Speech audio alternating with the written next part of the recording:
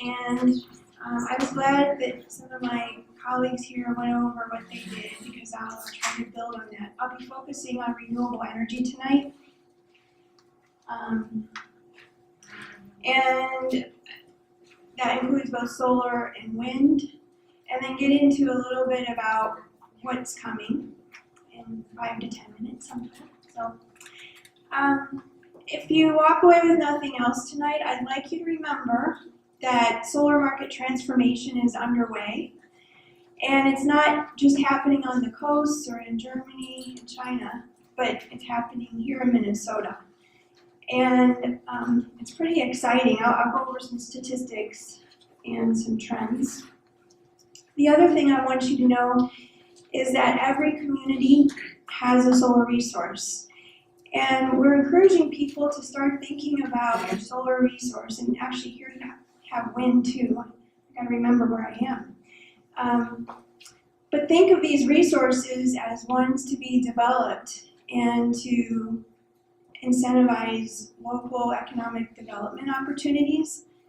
Just like if you're in Pennsylvania and you think of natural gas reserves as things to be developed. Well, here we have renewables, and we're proud of that.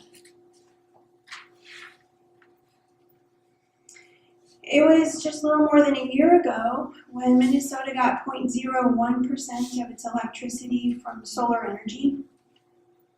And that was if you rounded up. But a year can make a big difference. And so as of, this should say 2017, we had 1% of our electricity from solar. And notably, that was where we were in about 1999 with wind, when we were getting 1% of our electricity from wind in the state. We have a goal by 2030 to attain 10% of our electricity from solar energy. It's a statewide goal. Right now, the investor-owned utilities, including Otter Tail Power, have a mandate, a solar electricity standard that they're all on track to meet, all the 3 investor-owned utilities, and it's 1.5% by 2020. And that was just signed into law in 2013, along with our community solar legislation and increasing the net metering cap and some other solar programs and such. But this 2030 goal, I'd like you to remember this too, that when you're talking to your friends about what's possible in terms of renewable electricity, we're no longer talking about can we get to 10% by 2030, that sounds crazy, as we were maybe 5 years ago. People were saying, I don't know what can be done. Well, it can be done, and now people are actually talking about how do we get to 100%? Not if we can, but how do we do it? What combination of energy storage, wind, solar, demand response, combining all these different strategies, how do we get to 100%? And certainly in this century, I think we will hit it, and people are even looking at 2050 as a real possibility. We're starting to see some technical modeling done around this exercise as well. So here's a year-by-year historic snapshot of where we've been. In 2013, at the time that the Solar Jobs Act was adopted, we had 17 megawatts of solar at the end of that year. And today we have 717. So solar is one of those things like energy storage, as we heard earlier. It's very modular.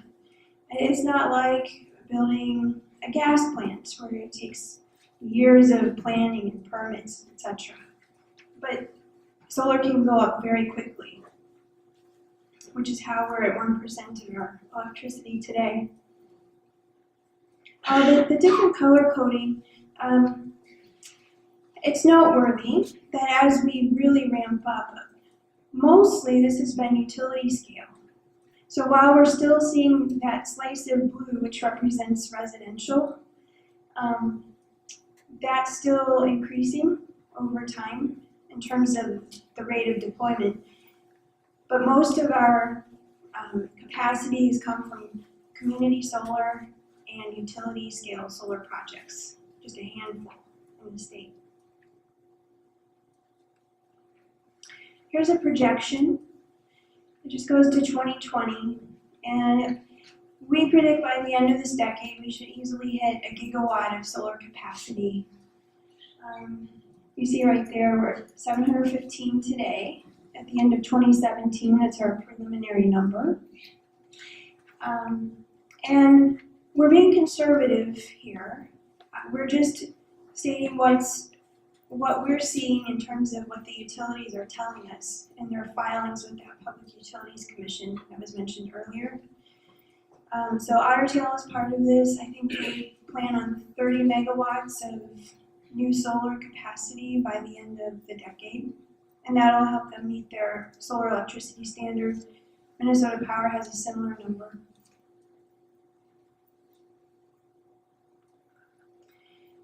But since we're in wind country, I want to also not neglect wind, which is largely responsible for getting us to 22% of our electricity from renewables as of 2016. Preliminarily, this is just circulating internally, but it really looks like we've hit 25% as of 2017. Those are preliminary numbers. Yeah, so, that's very exciting because back when we set a goal of 25% by 2025, it wasn't clear to some people if that was really possible. And here we are today, we're looking at meeting this target 7, 8 years early. So.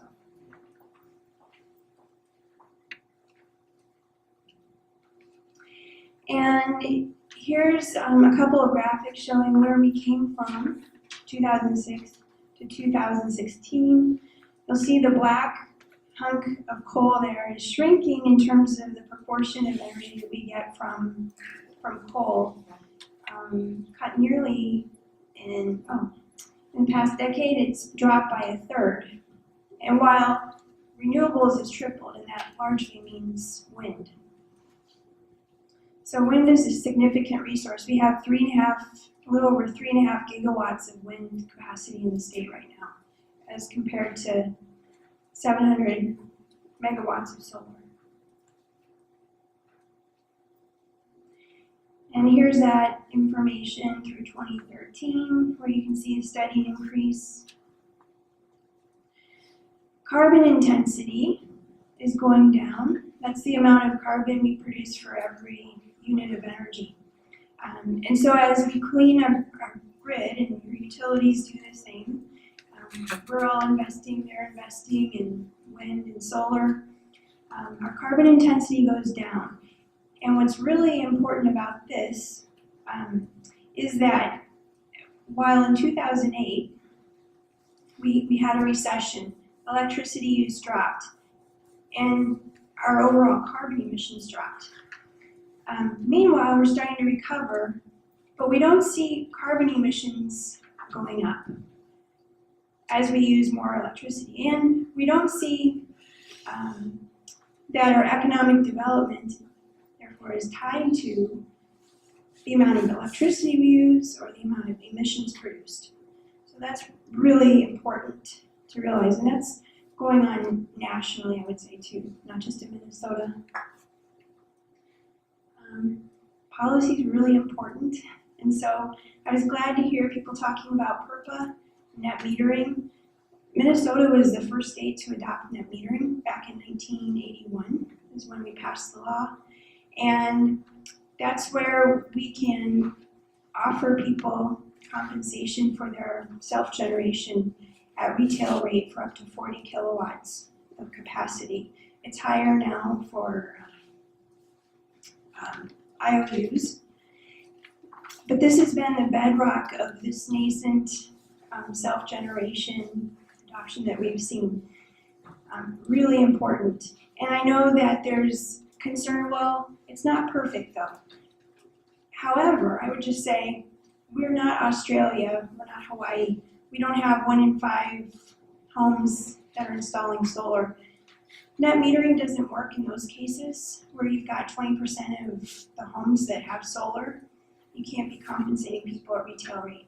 But for where we are today, which is closer to 0.01% of our electricity coming from net metered customers, that's not the utility scale stuff, which is rooftop solar and wind. Net metering is working pretty well, I would say. I'll skip some of this. A lot of important stuff in here, but one thing that you may be interested in being involved in terms of what actions you can take is if you're familiar with renewable energy development, or what you would put on your roof, and if you have ideas about how you would like interconnection to be, there's an open docket at the Public Utilities Commission, and this will cover all utilities and not just the investor owns. But they're looking at the rules for interconnection. We're trying to modernize the interconnection rules because they were last done in 2004, and it doesn't cover things like energy storage, smart inverters, things like that. Community solar, half of that solar that was deployed in the last year was actually community solar. So it's an increasingly important part of our mix. Most of it, practically all of it, 98% of it I would say, is probably in Excel territory. But there are 29 other utilities that voluntarily offer utility solar, community solar. I'm going to speed through here. The state is looking at 10% solar by 2030 and doing a technical analysis of it. What combination of energy storage, geographically dispersed solar and demand response, electric vehicle charging that's controllable or actively managed, what gets us to 10% solar at the cheapest level. And interestingly, we're finding that about a 1-to-1 ratio for solar to wind is about right, because they're complementary. But that was a bit of a surprise. It's called the Minnesota Solar Pathways Project. And things that are coming that you might look for: building integrated PV, building integrated solar.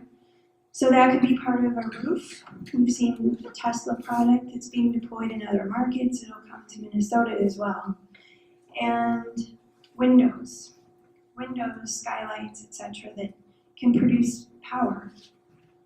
This is something that the Department of Labor and Industry, I imagine, is looking closely at as they think about permitting and such for these things, codes. And also solar plus storage. So I'm glad someone else touched on that. I won't spend much time on it, but it's really important to realize that that is coming, that combination. That'll help commercial customers, not just with backup energy, but with demand charge management. So it's an opportunity to save money. And electric vehicles. Today we have about 5,000 electric vehicles. Are there any electric vehicle owners here? Well, we're starting to see them throughout the state in small numbers, and for those of us who are lucky, we have off-peak charging programs where the utility offers a lower rate for charging overnight off-peak, where you're not exacerbating grid difficulties, but you're actually helping solve problems. And so I participate in one of those. Some of you may be interested in plug-in hybrid vehicles in terms of the range. You may drive more here, or you need to drive farther distances. And so that's a car that runs on first electricity for perhaps 10 miles, 20 miles, and then it'll revert to gasoline if you need to go beyond that. So I'll end it there.